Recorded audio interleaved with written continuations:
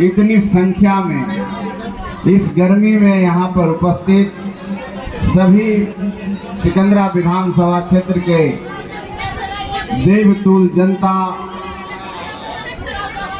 मालिक, जमहूरियत के मालिक, सभी माता बहन, भाई बंधु, छोटे बड़े सभी को मैं प्रणाम करता हूं और ख़ास करके मीडिया के भाई बंधु को भी मेरा आभार है, शुभकामना है, धन्यवाद है कि आप सब हम लोग के कार्यक्रम को अपने मीडिया के माध्यम से, प्रिंट और इलेक्ट्रॉनिक के मीडिया के माध्यम से हम लोग की बातों को आगे पहुंचाने का काम करेंगे।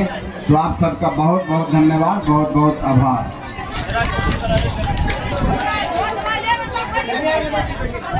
अरे हो गया, बाद में सुन लेंगे, सुन लेंगे। अरे क्या समस्या है बता दीजिएगा, हल्ला करने से कुछ होगा?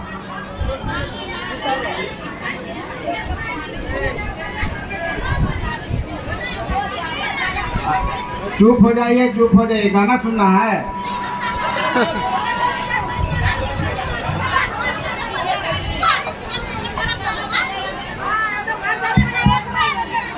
सर्वप्रथम आज हम लोग के साथ एक साथी शामिल हुए हैं, मोहम्मद उस्मान जी, जो अलीगंज के रहने वाले हैं।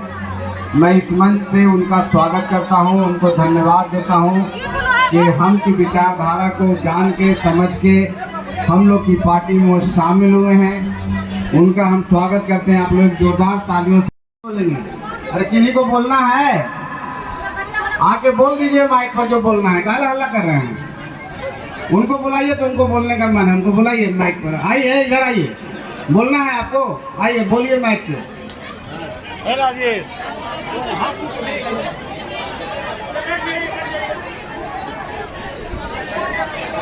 देखिए, सुन लीजिए आप लोग।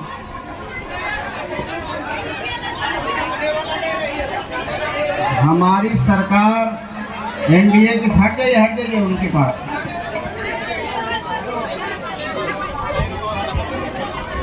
एनडीए की जो सरकार बिहार में चल रही है, आदरणीय हम लोग के मुख्यमंत्री श्री नीतीश कुमार जी, केंद्र में आदरणीय श्री नरेंद्र मोदी जी, जो हम लोग के माननीय प्रधानमंत्री हैं, आप सब गरीबों के लिए काम कर रहे हैं, बिहार के लिए काम कर रहे हैं, बिहार को आगे बढ़ाने का काम कर रहे हैं। और आप लोग सुन लीजिए, अभी आप लोग को पता है कि नहीं, कोई बताता है कि नहीं, पेंशन बढ़ा ना आप लोग का? कितना हुआ? 1100 मिला ना, अभी और मिलने वाला है। ऐसे हल्ला कीजिएगा, दूसरा के चक्कर में फंस जाइएगा तो कुछ नहीं मिलेगा। ये नीतीश कुमार की सरकार ही आपको दे सकती है। जो 400 से 200 से आदरणीय श्री जीतन राम मांझी जी ने 400 किया, आज माननीय मुख्यमंत्री जी ने उसको 1100 कर दिया। जो हमारे वृद्ध जन हैं, जो हमारे दिव्यांग भाई हैं, जो हमारी बहन और माता विधवा हो गई है, उनको अब 1100 रुपया मिलेगा और भी मिलेगा। अगर आप एनडीए के साथ रहेंगे, एनडीए को वोट देंगे, पुनः एनडीए को जिताएंगे, प्रफुल्ल मांझी जी को अपना विधायक बनाएंगे, तो आने वाला और बढ़ेगा, और बढ़ेगा। ये सब हल्ला करे से कुछ मिलने वाला नहीं है। हम जानते हैं, हम भी आप ही के समाज के हैं, आप ही के समाज के हैं ना, हम भी तो भूइए ना हैं। हम जानते हैं कि आपको पर्चा की समस्या है, हम जानते हैं आपको जमीन की समस्या है, हम जानते हैं कि आपको पर्चा मिला है लेकिन आप काबिज नहीं है, तो हल्ला कीजिएगा तब मिल जाएगा। अरे आपको मजबूत बनना है, सिकंदरा से फिर जिता के भेजिए तब मिलेगा, ऐसे नहीं मिलेगा। खाली हल्ला करने से कुछ नहीं मिलेगा। और आप बता देते हैं, सरकार ने जातीय सर्वेक्षण कराया था, आर्थिक सर्वेक्षण करवाया था, और सरकार ने 94 लाख लोग यहाँ गरीब पाए गए थे। हमारे माननीय मुख्यमंत्री जी का ये मंशा है, ये सोच है कि उन परिवारों को 2-2 लाख रुपया हम दें। कौन करेगा? तो ये सरकार करेगी और आगे बहुत सारा काम करेगी। आपको हर जगह रियायत मिलेगा, आप सम्मान से जी रहे हैं, इज्जत से जी रहे हैं। पहले याद कीजिए जंगल राज में, अगर कोई हमारी माता बहन उम्र दराज है तो याद कीजिए क्या होता था। 5 बजे कोई सिकंदरा के चौक पर आता था। आज यही नीतीश कुमार जी की सरकार है कि आपकी बेटी साइकिल से स्कूल जाती है, स्कूल जाती है ना। स्कूल में पोशाक मिलता है ना, उनको खाना मिलता है ना, उनके पढ़ने के लिए जब फर्स्ट सेकंड आती है तो उसको प्रोत्साहन मिलता है ना। आपके बेटे को, बच्चे को कोई व्यापार करना चाहता है तो 10 लाख रुपया मिल रहा है ना, जिसमें 5 लाख रुपया आपको सब्सिडी मिलता है, ग्रांट मिलता है, छूट मिलता है। कौन करेगा? कोई लोग सिर्फ आपको बहकाएगा। ये सरकार करके दिखाती है और उसका श्रेय जीतन राम मांझी जी को जाता है, हम पार्टी को भी जाता है। तो ऐसी मजबूत जब तक नहीं होइएगा, ये वो कार्यक्रम हो रहा है सब हाय हाय कायम घोचर शुरू हो गए। अरे भाई, जिसको बोलना है कोई माता बहना के कहे हम माइक पर बोलिए। यही तो गरीब की समस्या है, जब मौका मिलता है तो कोई नहीं बोलता है और बाद में सब भीड़ लेकर के हल्ला गुल्ला शुरू हो जाता है। कौन सुना आपकी बात? हम तो नहीं सुने। कौन आपकी समस्या का समाधान कर देगा? समाधान करने वाले यहाँ बैठे हुए, उनको तो आप सुनाए नहीं, किसको सुना दिए? कुछ समझ में आया? हम लोग को तो कुछ समझ में नहीं आया क्या कहना चाहते हैं। अगर आपको कोई समस्या है तो आपके विधायक हैं, अगर आपके कोई समस्या है तो हमारी पार्टी के जिला अध्यक्ष हैं, प्रखंड अध्यक्ष हैं, उनको सुनाइए, तब जाके समस्या का समाधान होगा। ऐसे करने से कुछ नहीं होगा। इसलिए आप सबको कहते हैं कि जिस मजबूती से, जिस ताकत से और जिस एकता से सिकंदरा ने दिखा दिया कि हम पार्टी के कार्यकर्ता में दम है, गरीब में दम है, भुइया मुसहर समाज में दम है, आदिवासी में दम है कि किसी को यहाँ से हरा के भेज सकता है, वो दम फिर से दिखाना होगा। बादल बिहारी गाना गाए तो आपको समझ में नहीं आया? बादल बिहारी अभी गाए ना, क्या बच्चों है ना? तो यार झूठ मूठ के एक होकर के हम पार्टी को जिता देना है, किसी का नहीं सुनना है, समझे? अभी बहुत चीज मिलेगा। यही सरकार तुमको सुरक्षा दे सकती है, शिक्षा दे सकती है और शांति दे सकती है। कोई हरा गमछा बांधने वाला कोई नहीं देख सकता है। जमीन कौन कब्जा करता है पता है आपको? आपका जमीन कौन कब्जा किए हुए है? कौन पार्टी के लोग है ना? आप लोग हो। आप लोग को तो जमीन बहुत लोग कब्जा भी किए हुए होगा, आपको पर्चा मिला है, आपके पास नहीं होगा। कौन लोग कब्जा करता है? तो आपको अगर उससे छुटकारा कोई दिलाएगा तो एनडीए की सरकार और हम पार्टी छुटकारा दिलाएगी। इसलिए हम पार्टी के साथ आपको एकजुट होना होगा। ये हल्ला करने से कुछ नहीं होगा।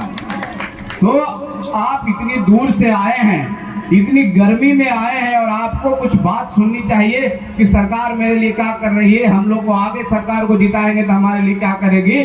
तो आप हल्ला कर रहे थे। इसलिए साथियों, समय ज्यादा नहीं है। हमारे आदरणीय नेता श्री जीतन राम मांझी जी को आज जहाज पकड़ना है, दिल्ली जाना है। और आप सोच लीजिए कि यही सरकार, कोई सरकार आज तक बिहार में भुइया को केंद्रीय मंत्री बनाया है?